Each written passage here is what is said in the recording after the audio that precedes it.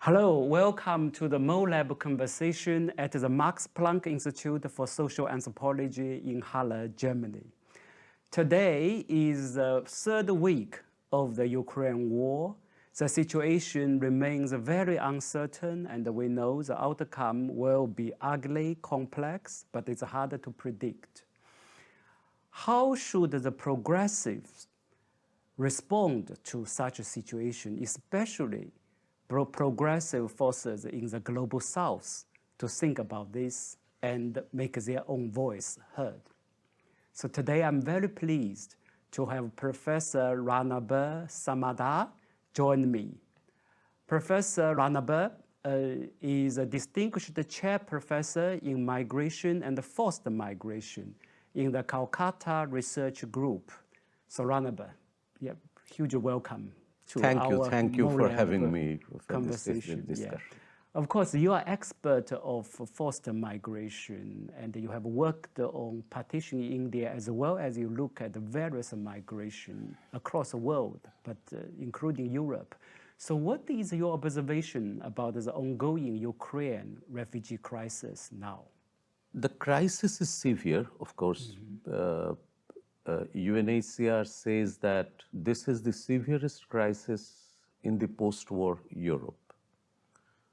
So perhaps it is so because I think it has crossed already the number of people who fled former Yugoslavia, which was, I'm not very sure, but then probably 500,000 to 700,000, 800,000 people. What about 2015, the European migration crisis? It was again 1 million.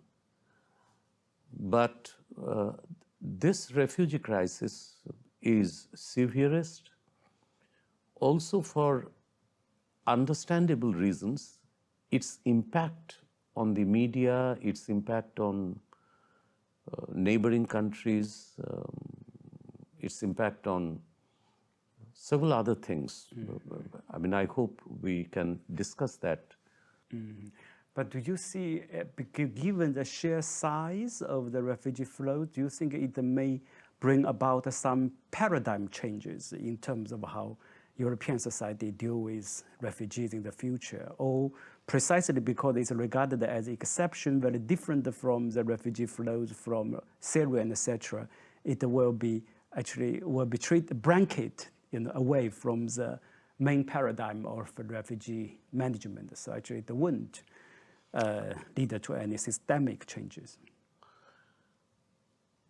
I do not think that it will lead to systemic changes. But on the other hand, as a political catalyst, it will be crucial. Meaning that, you see, the humanitarian had never been away from politics. Yes. The humanitarian has never been, except at certain times, purely humanitarian. And if you compare the responses of Europe to, say, the Bosnian crisis in the last decade of the last century, I think this is exceptional. And Poland, which has opened its heart, its country. That's a sea change for Poland, yes. Now, this country was resisting the refugee flow in 2015, Hungary, Poland. And Poland, if you recall, just only a few months ago, was thwarting refugees from Belarus, saying that it was Belarus conspiracy. Yes. So the humanitarian is never humanitarian. The crisis is severe, but I think more important, and probably this will raise many eyebrows if one says, probably the humanitarian question here is crucial on two counts. One, to show that as if war can be conducted without humanitarian damage. Can you have a war which will have no humanitarian cost? What about the Afghan refugees? Who thought about them for the 20 years? What about the total number of Afghans? At any point of time, 500,000 Afghan refugees were being hosted by Iran. Between 500,000 to 1 million Afghan refugees had been hosted by Pakistan for almost 20 years. How many times the UN Secretary General had come out, you know? So that is one. But the other important thing is that if the war strategy is to bombard the cities without physically occupying them or capturing them, then of course you will have this huge humanitarian cost. It also brings in how do you create humanitarian corridors. In the Second World War, few people thought of that. Who thought of safe corridors for Afghan refugees? Only in case of Syria, the idea of safe corridors then started, and it was very good. So here also, but then again, how do you agree upon what should be the humanitarian corridor? If it is a case of the corridor should be closest to the country where you get sanctuary, then that standard should be applied. If it is close to Poland, the displaced people should go to Poland. If it is close to Russia, if it is close to Belarus, or if it is close to Moldavia, etc. So all I'm saying is that even from the humanitarian angle, you can see that the war can be interrogated. The way the war is conducted can be interrogated. And so the refugee flow has become significant in many, many ways. And it actually has become a part of the war. Yes. No, that's, of course, it's part of information war as well. So let's go back to the origin of the war. Putin, in his television speech on 21st of February, which is basically a repetition of his June essay, on how Russia and Ukraine should be one unity.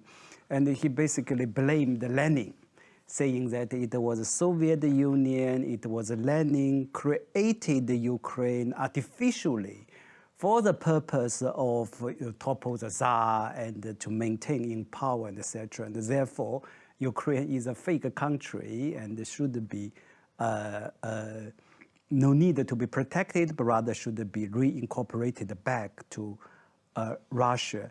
So from your view, how should we understand Putin's interpretation of the Soviet history and especially Lenin's policy towards Ukraine?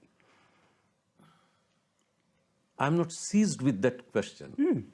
On the other hand, the fact that Putin had to raise the history of Soviet Union tells me of a different thing. Tell us, yes. So that is. Yeah. But at one level, let me just say that Lenin clearly wanted to practice a politics and establish a politics which would be away from the history of Tsarist Russia. And Lenin's famous phrase, which Putin didn't mention, was that the Tsarist Russia was a prison house of nations, nations and nationalities. Lenin's one of the greatest contributions in that sense of Marxism is that Lenin brought in the national question directly into the question of proletarian politics. Yes. And hereafter or thereafter, you would not be able to discuss a country's revolution without taking into account what happens to the nation, what happens to the national question. And Lenin was very clear that if Tsarist Russia had to transform itself, if social transformation had to come, then could not have come without allowing democracy and the national rights to the peoples who were being imprisoned or captured. Putin, of course, doesn't discuss how the Tsarist empire spread. But then, as I said, that what Putin discussed and what Putin didn't discuss, is not the main thing. Clearly, it's a new kind of nationalist, revisionist history. What is interesting is that these questions have come back. For me, that's more interesting. And this is where, allow me to say one or two things which I hope would lead to a greater discussion. Two comments. One is that you cannot think of taking Russia ahead without determining what you mean by the nation, Russian nation. And therefore, while we may think that 1989 and disintegration of Soviet Union is a thing of the past and we should not wreck it up anymore, or what happened in 1917 is more than 100 years old, and therefore this is a matter settled by history. But you can see here that history has its own way of producing surprises where you think that the matter is settled, but the matter is not settled. And the matter is not settled because history is never automatically settled or unsettled. It is the politics of the time that creates these things.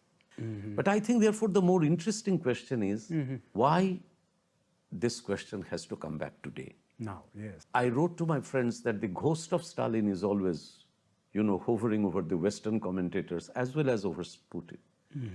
That whatever Putin wants to do, Putin cannot begin on a clean slate.